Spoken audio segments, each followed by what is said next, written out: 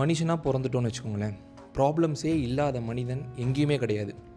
ஆனால் எப்படியாப்பட்ட ப்ராப்ளத்தையும் சால்வ் பண்ணுறதுக்கு தமிழில் ஒரு வரி இருக்குது அப்படின்னா உங்களால் அக்செப்ட் பண்ணிக்க முடியுமா?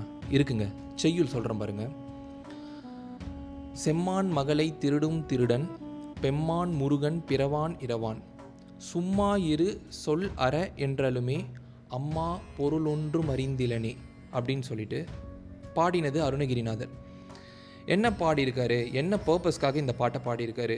இது பாட்டிலே பார்க்கும்போதே தெரியுது முருகர் பாட்டுன்னு சொல்லிட்டு. அருணகிரிநாதருக்கு மனசு ரொம்ப அலப்பாயும் போது முருகர் என்ன சொன்னாராம்?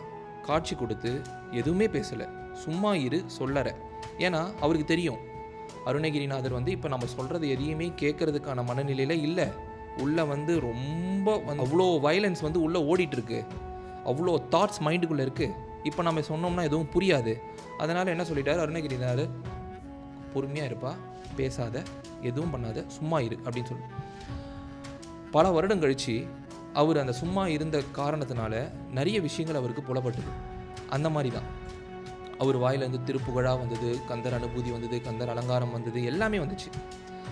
நாமுமே அப்படி தான். எப்பயாவது கோவப்படுறோமோ, இல்லை ஏதாவது ஒரு வகையில் நமக்கு மனசில் சஞ்சலம் வருதோ, பீஸ்ஃபுல்லாக நம்ம மைண்ட் இல்லையோ அப்படின்ற பட்சத்தில் ரொம்ப ஓவர் திங்கிங் பண்ணாமல் சும்மா இருந்தால், பேசாமல் இருந்தால் 1 or 2 ஹவர்ஸில் மேக்ஸிமம் சொல்கிறேங்க, அது சால்வ் ஆகிடும். அது சால்வ் ஆகிட்டு ஒரு கிளியர் டெசிஷன் எடுக்கிறதுக்கான ஒரு பீஸ்ஃபுல் மைண்ட் நமக்கு கிடைக்கும்.